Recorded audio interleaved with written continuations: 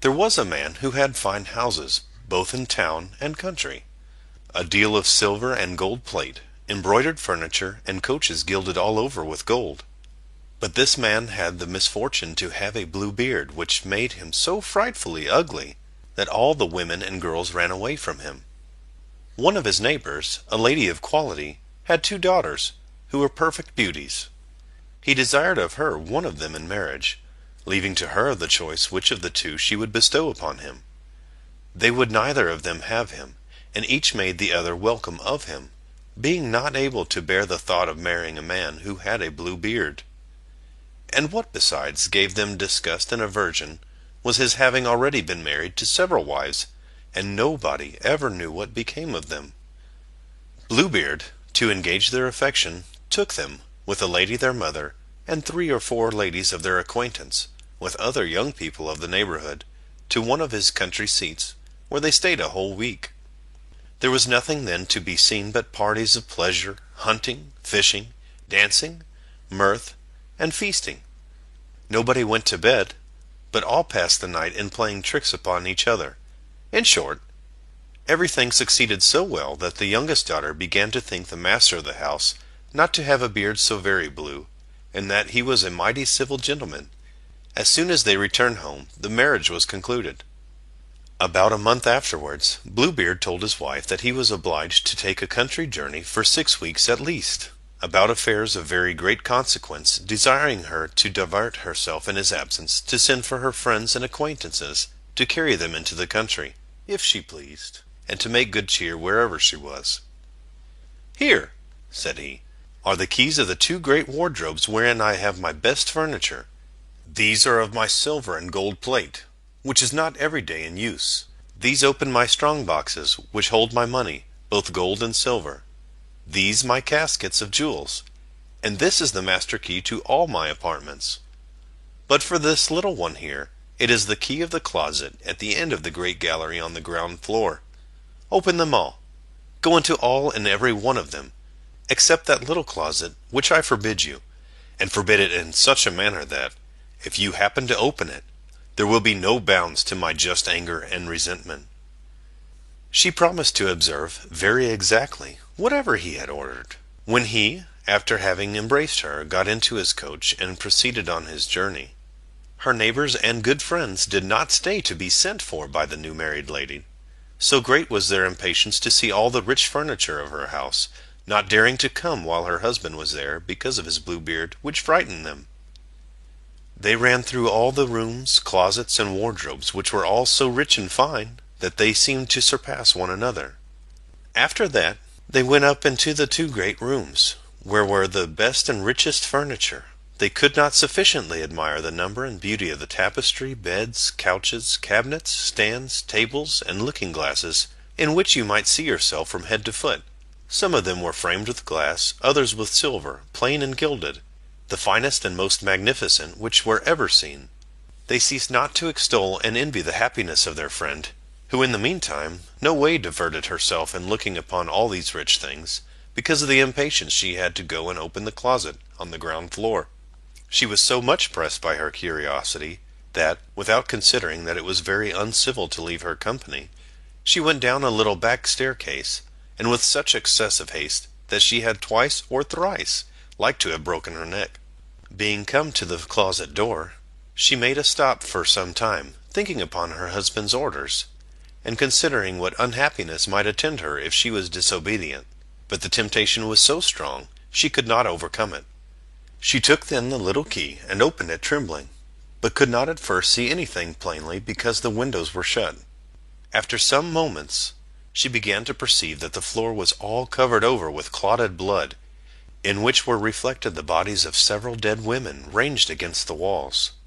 These were all the wives whom Bluebeard had married and murdered one after another. She was like to have died for fear, and the key, which she pulled out of the lock, fell out of her hand. After having somewhat recovered her senses, she took up the key, locked the door, and went upstairs into her chamber to recover herself, but she could not, so much was she frightened. Having observed that the key of the closet was stained with blood, she tried 2 or 3 times to wipe it off, but the blood would not come off. In vain did she wash it, and even rub it with soap and sand. The blood still remained, for the key was a fairy, and she could never make it quite clean. When the blood was gone off from one side, it came again on the other.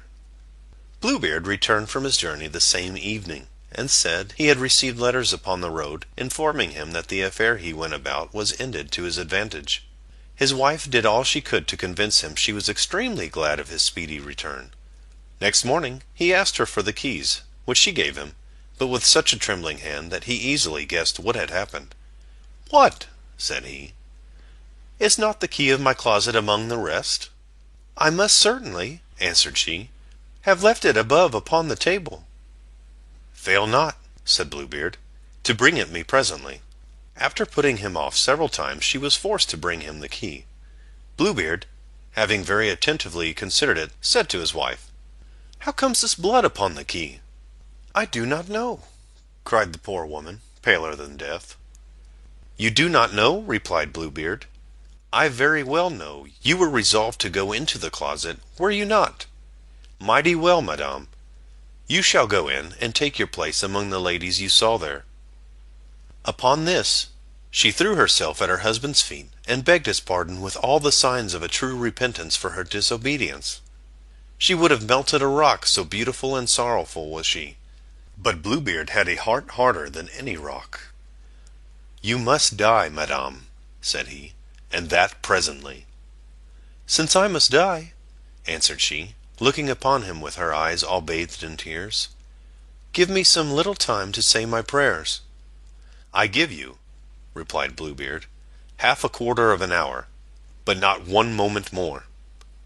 When she was gone, she called out to her sister and said to her, "Sister Anne," for that was her name, "go up, I beg you, upon the top of the tower, and look if my brothers are not coming.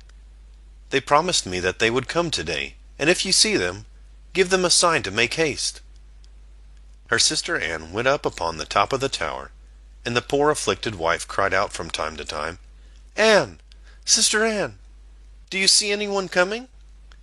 And Sister Anne said, "I see nothing but the sun, which makes a dust, and the grass growing green." In the meanwhile, Bluebeard, holding a great scimitar in his hand, cried out as loud as he could bawl to his wife, "Come down instantly, or I shall come up to you." "One moment longer, if you please," said his wife, and then she cried out very softly, "Anne, Sister Anne, dost thou see anybody coming?" And Sister Anne answered, "I see nothing but the sun, which makes a dust, and the grass growing green." "Come down quickly," cried Bluebeard, "or I will come up to you." "I am coming," answered his wife, and then she cried, "Anne, Sister Anne, dost thou see anyone coming?" "I see," replied Sister Anne, "a great dust that comes this way. Are they my brothers?" "Alas, no, my dear sister, I see a flock of sheep." "Will you not come down?" cried Bluebeard. "One moment longer," said his wife, and then she cried out, "Anne, Sister Anne, dost thou see nobody coming?" "I see," said she, "two horsemen coming, but they are yet a great way off." "God be praised," she cried presently. "They are my brothers. I am beckoning to them as well as I can, for them to make haste." Then Bluebeard bawled out so loud that he made the whole house tremble. The distressed wife came down and threw herself at his feet, all in tears, with her hair about her shoulders. "Naught will avail," said Bluebeard. "You must die." Then, taking hold of her hair with one hand and lifting up the scimitar with the other, he was going to take off her head. The poor lady, turning about to him, and looking at him with dying eyes, desired him to afford her one little moment to recollect herself. "No, no," said he, "recommend thyself to God," and was just ready to strike. At this very instant there was such a loud knocking at the gate that Bluebeard made a sudden stop. The gate was opened, and presently entered two horsemen, who, drawing their swords, ran directly to Bluebeard. He knew them to be his wife's brothers, one a dragoon, the other a musketeer, so that he ran away immediately to save himself. But the two brothers pursued so close that they overtook him before he could get to the steps of the porch. when they ran their swords through his body and left him dead. The poor wife was almost as dead as her husband, and had not strength enough to rise and welcome her brothers.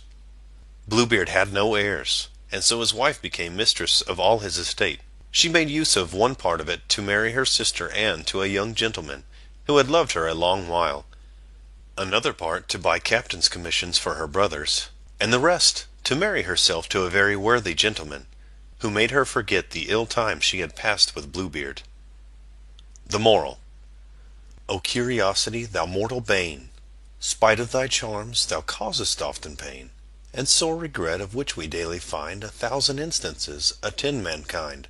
For thou, O may it not displease the fair, a fleeting pleasure art, but lasting care, and always proves, alas, too dear the prize, which in the moment of possession dies. Another. A very little share of common sense and knowledge of the world will soon evince that this a story is of time long past. No husbands now such panic terrors cast, nor weakly, with a vain despotic hand, imperious what's impossible, command. And be they discontented, or the fire of wicked jealousy their hearts inspire, they softly sing, and of whatever hue their beards may chance to be, or black or blue, grizzled or russet, it is hard to say which of the two, the man or wife, bears sway.